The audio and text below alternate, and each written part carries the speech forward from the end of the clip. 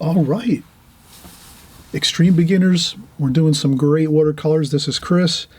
We're going to actually dial back a little bit here, and we're going to try to do some swatches and some exercises for brushwork, because when you're painting watercolors, if you can get an advantage and practice in a loose, free, fun way, just doing little swatches you can make up on your own. You can create your own ideas. You can use the ones I'm going to show here. I prefer you try these first and then maybe do some spin-offs on what I'm doing. And there's other ones that I'm not going to do that I know about, and I'll do those in the future. So keep a lookout for the future videos when we're going to do more of these type of videos and exercises. But the main thing I want you to understand, and I still learn myself too. I'm always practicing. If I want to learn a new technique or something that I see another artist doing on YouTube, or I look at a painting and I kind of see that in the painting they're using some kind of interesting technique, I might try it on some inexpensive watercolor paper. You can use also for these exercises. A lot of times I use printer paper. I just take a piece of printer paper that I get, office printer paper, and I set it down and tape it down to my art table, and then I'll do my swatches on printer paper because it's very inexpensive. You can do tons of these. You can work for an hour and go through 10-15 sheets of this paper, the printer paper, and then there's no harm done. You're not worrying about having to go out and buy watercolor pads every other day or so. So that's always a great thing to utilize, printer paper. To do your swatches and brushwork, you don't need to be working on finished paper. You could use a less expensive watercolor paper to do your swatches.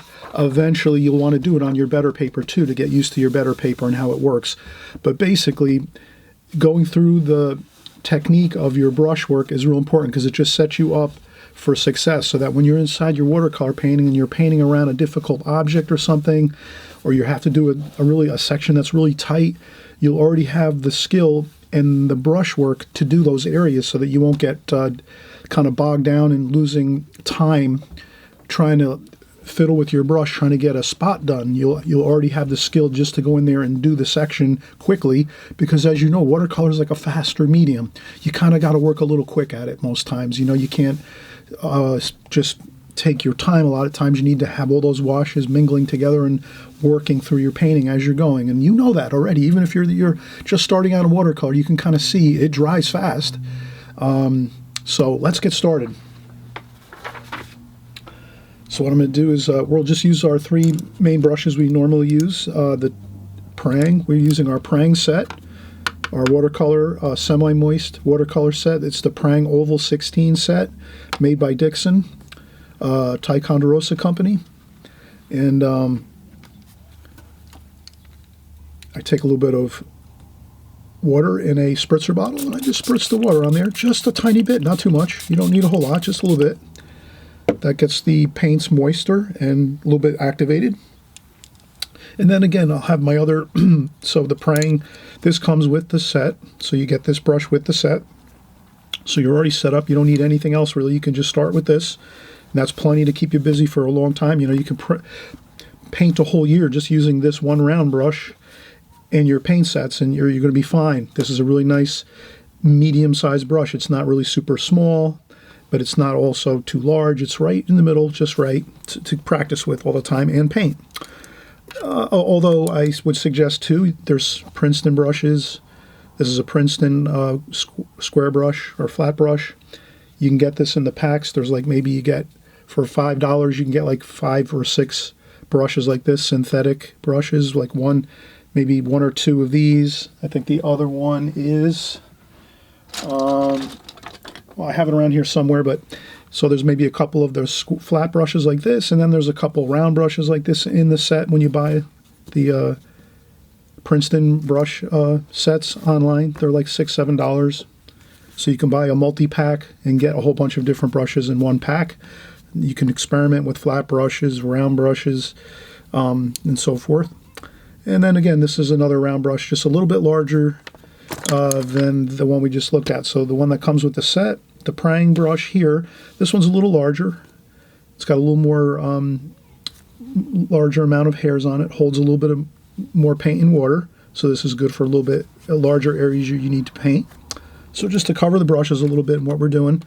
And then of course, next to me, I have in my art table, I have my container with water, and then you can have a sponge next to your water container to the right or to the left if you're a lefty, or if you're a righty, you're going to have your brushes and your more or less, if you're a right-handed person, most people are right-handed, you're going to have your water container to your right. You'll have your sponge next to your water container, and this way you can take water off your brush. So you rinse your brush, and then you touch this just a little bit quick, and then you go in and do your grabbing your paint and whatever you're doing. But it's good to check a little bit of water off first a lot of times with your watercolor brushes, otherwise it'll be too much water flooding in your palette. And then also too, you can use, instead of a sponge, you can just use a tissue. You rinse your brush in the water pail.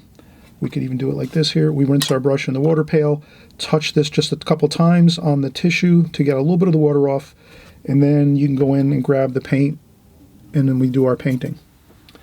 So that's basically the real basic, simple format and technique and method of watercolor painting from my experiences. That's what I learned, and it works great for me, and I think it'll work great for you too. And you can always, eventually, once you've gotten really familiar with the way I do things, and you can start challenging yourself and doing different things too as well on your own, and that's up to you. Okay, so now we were talking about swatches and exercises, because this is what's going to actually help you tremendously when you're painting watercolors, if you can practice your brushwork ahead of time. So that's why we do swatches. So the first thing I will do is you can just you draw a square or a rectangle like so. That's it, with a pencil. Office pencil. This is a Statler pencil, Mars Lumograph pencil. They come in tins. You can buy them like 20 at a time. These are really nice pencils. They come in all different kinds of softness of lead. And okay, so now we're going to go in. We're going to use our stock brush we got with our paint set. I rinse my brush off, touch down a little bit on the tissue to get some of the water off.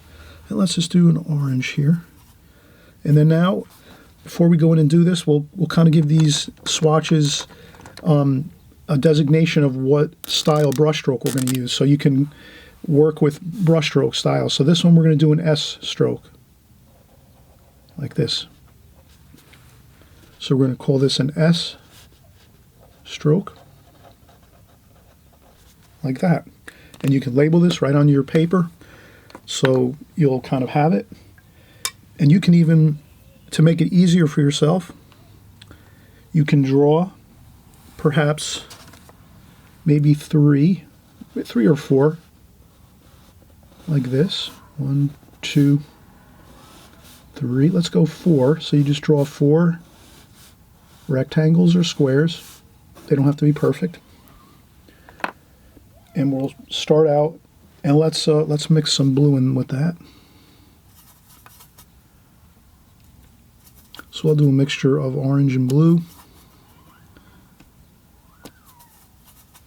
And we'll do an S stroke. So the first thing we do with the S stroke, we get our paint, start up here on this side of the rectangle or the square, and you just take your brush and you swing it around, stay with inside the square or the rectangle, like that. And that's the first. Then we're going to up our game here.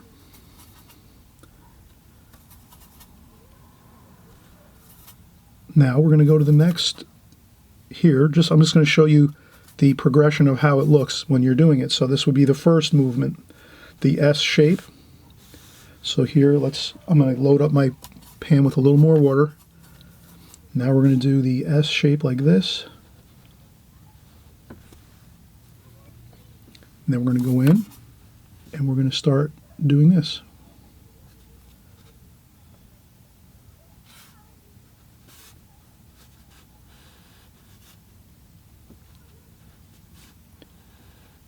Okay, so now you see I filled in the rest of the S with variations of different kinds of strokes. Now this is where I've practiced many different strokes, and I've been painting a long time too, so never get worried. If I've been painting 15 years professionally, which means I'm painting a lot, I'm working at it like 30, 40 hours a week, doing drawing, painting, and so forth, don't be hard on yourself. It takes time to get these swatches looking like this. So your first ones are going to be messy until you start working a couple months at this, and then you'll get better and better each time you paint them. You can make them smaller or larger, whatever helps you. Probably in the beginning, if you're using this style brush, you're going to want to keep these kind of small, about 1.5 inch by 1.5 inch or 1 inch by 1 inch. So that's the basics of it. And then you can go with, let's do a second one. So we'll set our brush down here. We'll do this one, we'll do an H stroke. This one is, like I already noticed, let's move up to this larger brush, I think. For this size brush, the prang brush that comes with the set, probably this might be, this is pretty good size. You might want to go a little smaller.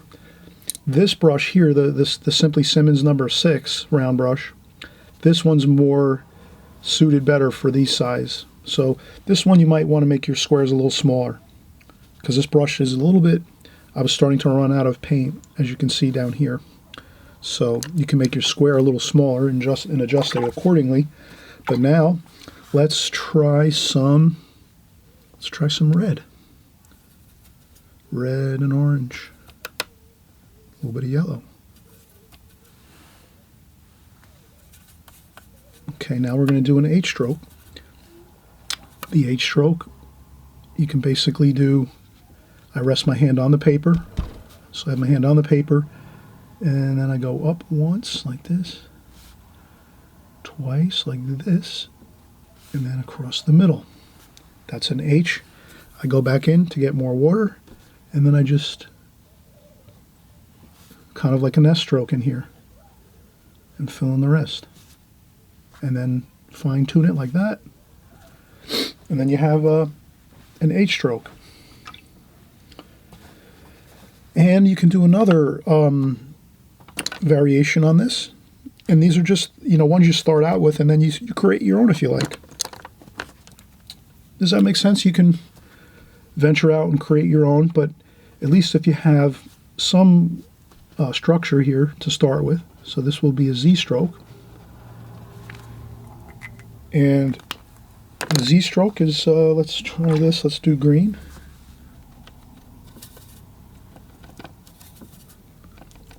You mix up some greens, whatever you like, a little bit of yellow in there, maybe a little blue, some green over here. There you go, you mix it up a little bit. And let's do the Z stroke. Now the Z stroke is similar to the S, but you're just kind of going in the different direction, and you're not doing much of that like twisting and turning of the brush stroke. You're kind of just going more straight with the Z shape, the Z shape, and you just do that. There we go. That's the Z stroke. And then once you've got your first Z stroke down, then you're just going to fill in the rest with, you could do some upstrokes like this, once, twice there, and then over here maybe 2 downstrokes, once, twice, 3 times there, and then you just tidy up around your areas where the lines are. Now what this does is as you practice these, your accuracy with your brush is going to get phenomenal. If you just keep practicing these over and over and over, then when you go in to do a painting, you're not even going to be thinking about what your brush is doing. It's going to be doing it itself, almost like it's magic. It actually becomes like magic. It's the same thing when let's say you drive a car, or let's say you, different things we do for tasks every day. Driving a car is the most simplest thing I can think of, is where after you've been driving a couple years, 2 or 3 years of driving, you're not thinking so much about the brakes and the gas pedal and the steering and all these different things. You know what I'm saying? You're kind of you get in the car and you're able to focus on the traffic in front of you and the cars going by. You're looking at those things, and you're just automatically, your brain is functioning, understanding that you've already learned the principles of all the braking, the gas pedal, turning the wheel. Does that make sense? So that's for someone that drives. If you don't drive, it could be something like a sport. If you play tennis or baseball or football or basketball, throwing a ball, swinging a bat, swinging a tennis racket, after a while you get so good at it and you practice it so much, you don't even think about it anymore. You're focusing on other things. And that comes naturally. You're automatically an autopilot. So basically it's an autopilot thing. The more you practice your brush strokes like this, on separate paper, just having a fun time, put on some fun music or your favorite TV shows while you're doing these exercises with a cup of tea, cup of coffee, whatever you have, you like to drink, and little cookies, whatever you're having, and snacks, whatever, you're doing your these type of exercises, you don't have to, it's not a big deal. You're just practicing fundamentals, yet while you're having so much fun doing it, because you're doing some other things that you like to do too that are fun, like myself too. I'll put on the TV, watch my favorite shows, TV, listen to the radio, some music, whatever it is. When you're doing these exercises while you're doing those other fun things, it'll be more fun, so that when you're in your painting, you won't be stressing, because you'll be doing your brush work in a loose, free, fun way, because you've practiced it in that way. So you won't be struggling trying to figure out how you're going to do the next area of your watercolor painting that's a little difficult with your brush. You'll just go in there and do it. You'll do an S stroke, you'll do a Z stroke, you'll do an H stroke, whatever it is, you'll just automatically do it. And we'll do some other ones here too, so we'll keep going, but I'm just going to take a quick break and come back, and we'll continue with our swatches here, which I think are absolutely invaluable for a watercolor artist. I think if you're not doing these or not trying these and kind of doing these on a steady basis, especially in the beginning, after a while you won't need to do them anymore. But in the beginning, it's really crucial to do these, because it will give you a huge advantage once you're in there painting. So it'll give your painting part of your watercolors, it'll go so much smoother for you, and I want that for you. I don't want to see you having to struggle when you're painting. I want to see you in there having a great time, putting down the washes on your paintings, and you're just doing it with ease, no problem. And trust me, it's going to work as long as you just practice these every once in a while, however much you can do it. Try to do it, and it's fun, and you don't need to really, it's no stress. It's all the stress and pressure's off when you're doing these. You're just doing these for fun.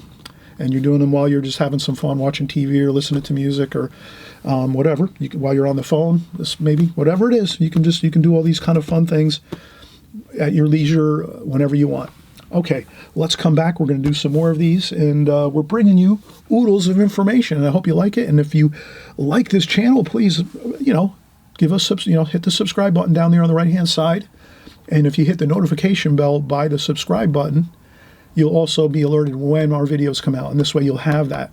You'll know exactly when my video comes out, and then we'll be here, and you can jump in and watch the video first, then maybe you come back and watch it and work along with it the second time, however you like to do it. You're the artist. You're going to figure out how you're going to schedule your time with your artwork and all that, but just wanted to mention that, and thank you so much for watching every week, and we're going to be right back, and we're going to do some more swatches here and have a great time of it. Okay, so we'll be right back.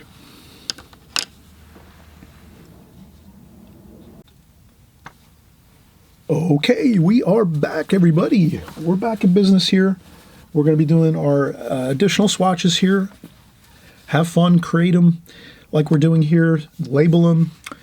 Create your own labeling charts, Have fun with it. I really felt that in the beginning of watercolor, when I first started painting, I always really enjoyed these type of things, because in many of the books that I was reading at the time, they always suggested doing swatches and practicing these exercises. So that's why I'm hoping you'll do these too. It'll help you again tremendously. So let's get started. We'll go over here. Maybe we'll do let's do some more of a free. We're going to call these vertical upstrokes.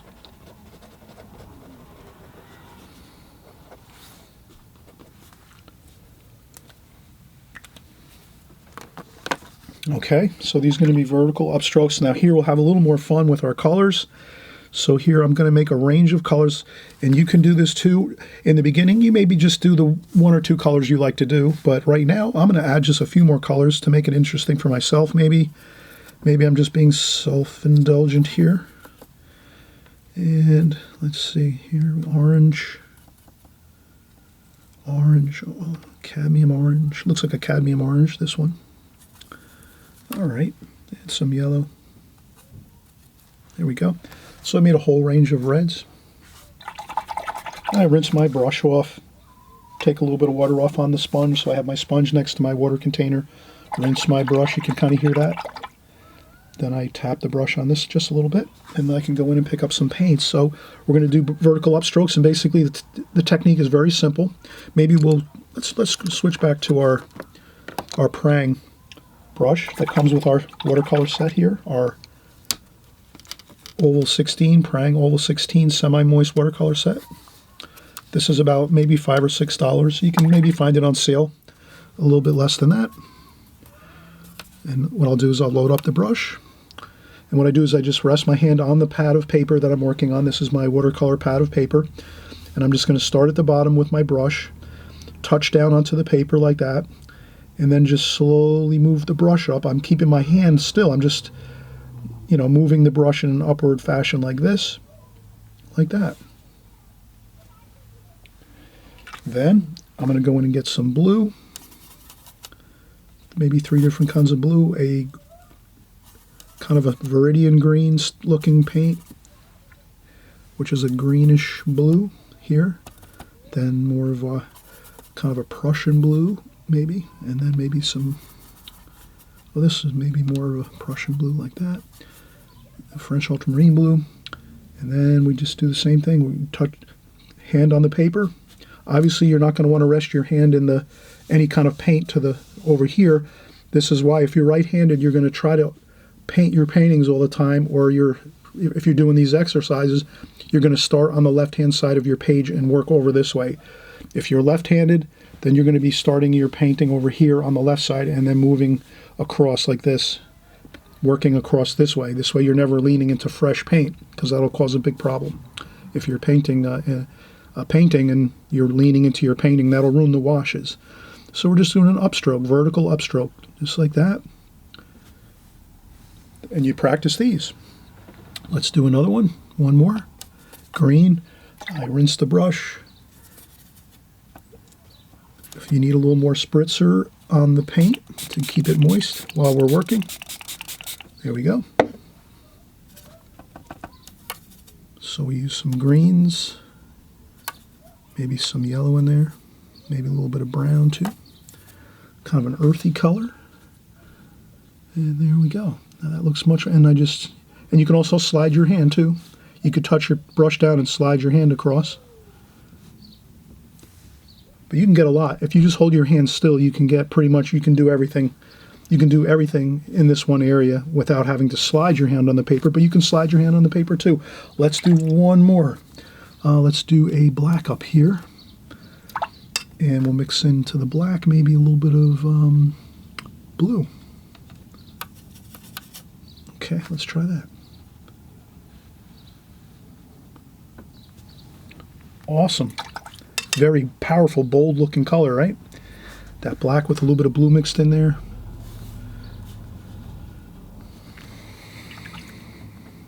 Now we're going to do, let's try horizontal strokes. These are fun too.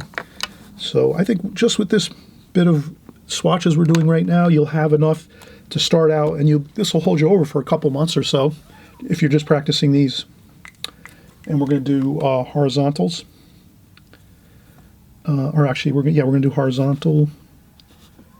So I'm just going to label this horizontal. And it's good too if you can write this down on your paper when you're doing your practice swatches. This way, you can always kind of refer to it quick and go, oh yeah, that's my S stroke there. Oh, that's my H stroke, Z stroke. And we'll do another exercise after this one. We'll do one more after this horizontal strokes. Horizontal strokes. And we'll do one more after this. And okay, and then let's maybe do the flat brush. Why not? So here we'll just maybe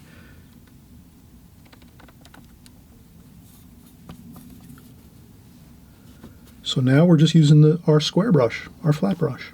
So we load up the brush with plenty of paint, and we're just going to go across like this. And then you just go all the way across like that. Awesome. Look, that looks great, doesn't it? This brush is really nice because it gives you those really sharp lines. So if you're doing anything with like buildings, structures, houses, things like that, architecture, flat brushes are just beautiful for that type of subject matter. And let's get into some blues and purples. Again, I just grabbed a lot of that paint we just put on there. Now the only thing with this is I have just painted this wash, and it's already dry, so I can rest my hand on it. But sometimes it won't dry that fast. This is drying fast. But always be aware of when you're resting your hand down. You can also use your pinky. You can take your pinky and put your pinky down on the paper instead of using your hand on the paper. You can also use your pinky finger to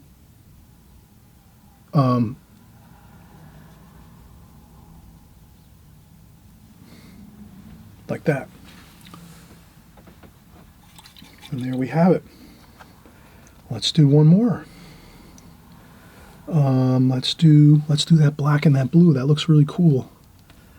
We'll make that black and blue kind of mixture. Maybe a touch of green in there too. See how that looks. We just need a touch more water, so I go into my water bucket and I get a little bit more water, like that. Let's try this one here.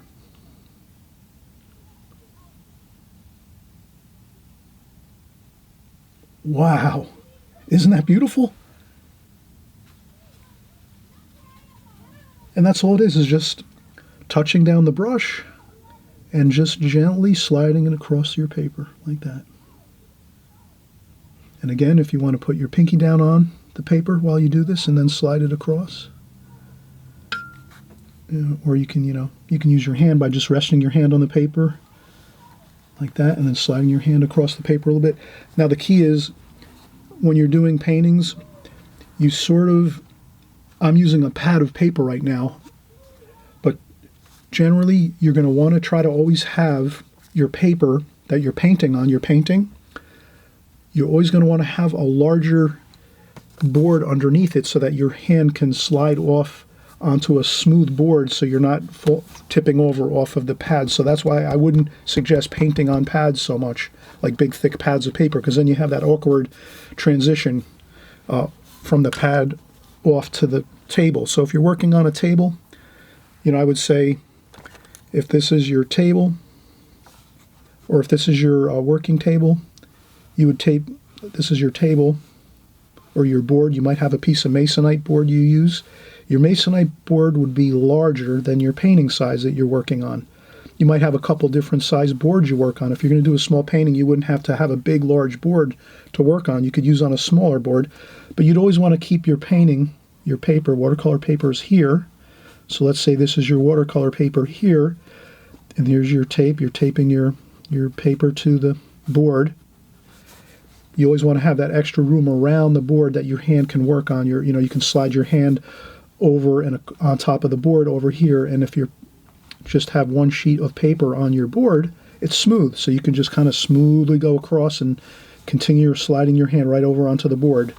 Versus if you have a large pad of paper that you're painting on, that's more awkward, because then if you can imagine, you have that block of paper like this, so that when you're going across and sliding your hand across the paper, all of a sudden your hand's going to tip off the pad of paper.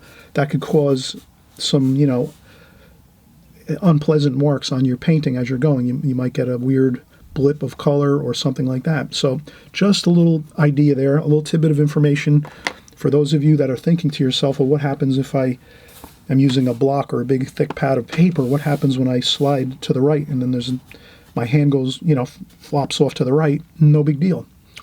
You'll just remember that you're better off when you're painting with your finished paintings, using just one sheet of paper to paint on, and then having that on your board taped down with plenty of extra working board around the outside of your watercolor painting. So if this is your watercolor painting, you're going to have plenty of room around that whole board for your hand to work around as you're painting on your painting, if that makes sense. So that's an important thing. And also, I just wanted to mention, if you want to, this is one more step you can do. You could take your, pick any one. Let's pick the Z-stroke. You can take your Z-stroke and make a time lapse. So if you can imagine, you can make a time lapse of your Z-stroke so that you kind of see how it progresses. So then we could take we could say this is a Z-stroke, time lapse. Just a phrase I have. I don't know if it kind of works with this. So you're having we're going to have a Z stroke time lapse, and then what we're going to do is we're going to do each step of the way. So the first, let's try some more green. Let's do some of the green. So the first part of your Z stroke is like this. Remember we did this? Okay, so that's one. Then we go in and we do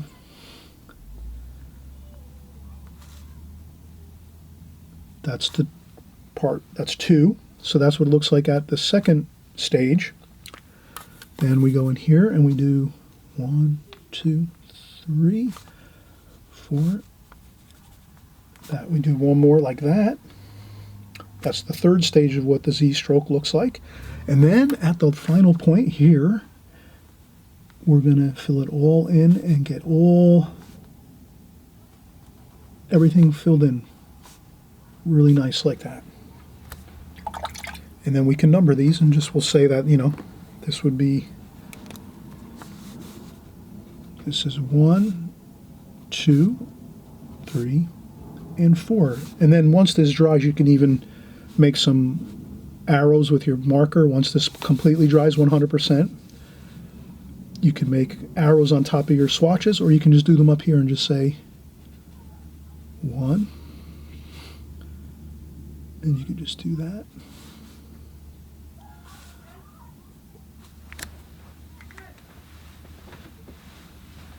And so you see the idea.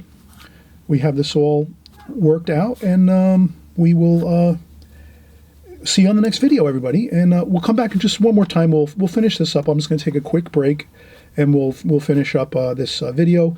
We'll finish doing the Z-stroke time lapse and the small little notes we're going to put on our page so we have this to refer back to. Okay, so I'm just going to take one more quick break, and then we will be right back.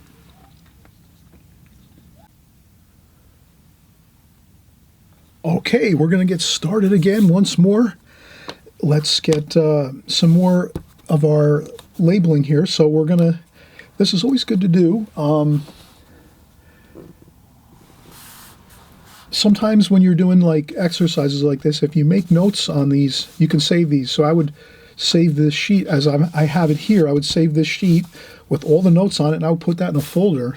So maybe that's something you want to do. You have this in a folder, or maybe you pin this up in or tape it up on a wall if it's near where you work, your studio space. Maybe we'll go over that in another future video. For extreme beginners, you're going to want to have a little space that you carve out in your place where you live, where you can kind of keep all your art stuff in one place. Like we wouldn't want to be keeping our brushes and paints in a drawer over in a room down the hall over there, and then our paper down in the basement. And if all your stuff is all over the place where you live, you'll have a harder time practicing and doing your drawing and painting exercises and so forth, and your paintings actually. So it's always good to have everything in one location if you can. If you can have a little small room that you can dedicate to all your painting, where you can keep your paints, your paper, your brushes. You can have these things maybe pinned up or taped up on the wall. It depends how much room you have. I know some people, you might have more room, some of you might have less room, but you try to make do with what you have, and according to the availability of your space. But in any case, we'll go over that in another video coming up in the future. The near future, we'll cover having a space dedicated for your artwork, and if that's a little tight and you don't have maybe a room or a small little spot you can put a table or something like that, well, then we'll go over other methods. There's other ways to do it too as well. But here we're doing our swatches. Let's continue with this. So now you can see that the first stroke is the Z stroke. We're doing the Z stroke time lapse. The first stroke is the Z, and then the second one is like this, and then there, and then the third one is like this, this, and this, and then the last one is like this. And you can just put like X's to denote where your brushwork is going to be. So here the first one is just the simple Z. The next one is the Z completed with some paint here. The third step is the Z already completed with this completed, and then you have this new one here. And then the final one is the Z completed with this and this done, and then you're touching up around the outer perimeters of your swatch here, your rectangular or square swatch. So these are just notes for yourself. You can change them around and make them a little different according to what you want. You're the artist, you make that decision as to what your notes are going to look like, but that's something that I would do like this. And let's do a few more swatches. We have some time, so I'm just going to, maybe I'll do a couple more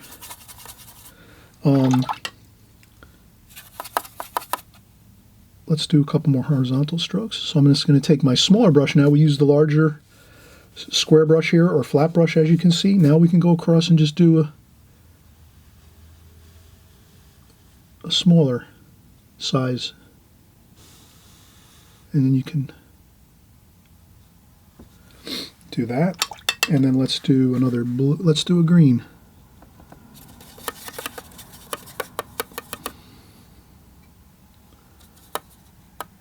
Maybe a little bit of blue and green. And let's do that. See what happens there. Perfect. Look at that. There you go. So you can see, you can keep filling up your page. Maybe I'll do another vertical stroke here.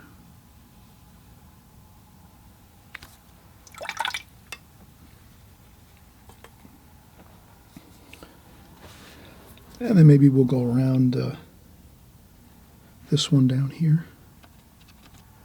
We'll do some purple and greens. Maybe we'll go around this one here with horizontal stroke. Horizontal stroke, and then maybe we'll do 2 vertical strokes going down like this, and then a vertical upstroke like this. Like that. And then maybe we'll do one more around that. Orange and red. Maybe we'll try to go with a thinner line. Let's try to go for a really finer line if we can. Hold the brush just touching the paper barely. This is where you'll find you can practice your skills with your brush, get a finer line going.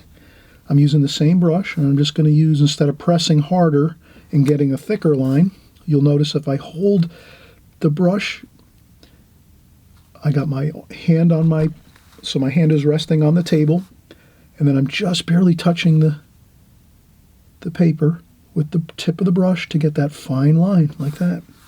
Same over here. Like this.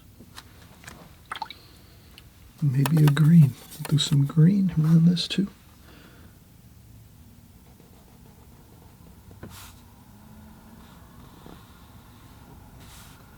And this is a little thicker. Maybe this one can be wavy.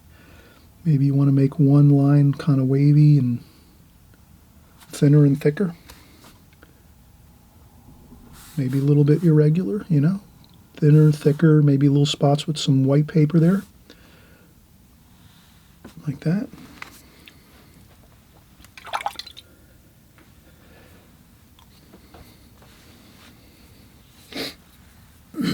Then let's try one more. Let's see if we can do something over here. Let's try this. We haven't used this too much. Kind of a purple color. Maybe let's do a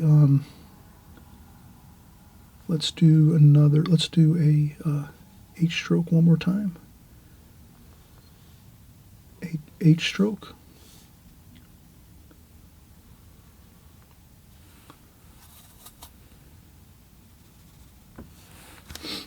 Then we'll fill in this top piece, bottom piece, like that. Then we can just, so this one we didn't use any pencil. We didn't pencil in our rectangle first, our swatch. We just painted it. Like that.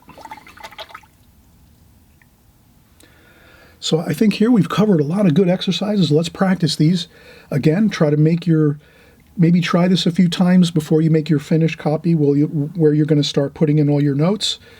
You could even draw it all out first. You could draw your rectangles across here, your swatches up top. You can draw these in first, draw everything in first, and kind of lay out your overall paper, or create something totally different. Maybe do nothing but S-strokes on one page, doing different colors, mixtures of colors, or just one color, however you want to do it. It's really endless. You have all the, as an artist, you have all the freedom to create any kind of exercises you want. You can save these. These are great to have for notes when you're painting, so you can refer back to them. And but I hope you'll do these on a consistent basis for at least a year. At least try it for a year. You know, maybe once every couple weeks, once a week if you can. If you can carve out maybe once a day, 15 minutes, whatever you can. Put in as much time as you can doing your swatches and your exercises, because again, that's going to make it so much easier to paint once you're creating a painting. You know, it'll be autopilot. When you're painting, you won't be thinking about your brushwork. You're going to be thinking about what colors you're going to use, and you'll be thinking about other things that are more important in essence. So this will bog you down if you don't have this fundamental brushwork accomplished in your painting. So don't let that slow you down as a watercolor artist. Make sure you have these things all worked out. Keep working on these all the time, and eventually you won't need it. Like I said, you don't need to do these forever. If you do these just for like a year, you even maybe less than that. Everyone's different. Some of you might need to do these for like a year or two. Some of you might only need to do these like 1 year or 6 months. It depends. But you'll know when you have that feeling of just, you're not thinking about when you're going in to do your washes in your watercolor painting. Does that make sense? When you start realizing that you're not thinking about that when you're painting, then you know you've done enough of the exercises that you're not thinking about stressing on how your brushwork's going to look, or if you're going to, you know, how are you going to paint this shape, a square, a circle. You can do circles. You can do all these. You can do all these. You can practice doing circular patterns like that, so that you can do. So the more you can do these exercises, the better. You know, you're going to have watercolor painting for certain, because you're just going in there and you know, performing your painterly methods and techniques that you need to do on a painting. And you won't be thinking of that. You'll be thinking of other key things you need to think about in a painting that, you know, will make your paintings look better. All right, everybody, thanks so much. We'll see you again. Subscribe if you haven't subscribed. This way you'll get the videos. On the right-hand side down here, on the right-hand side is the subscribe button. Some of you haven't subscribed. Please consider subscribing. It'll just save my channel to your YouTube channel, so that when you come onto YouTube, you'll have my video waiting in your YouTube page. And this way, you know, you can just realize that I created another video, and you can watch along and paint along too if you want. It's up to you.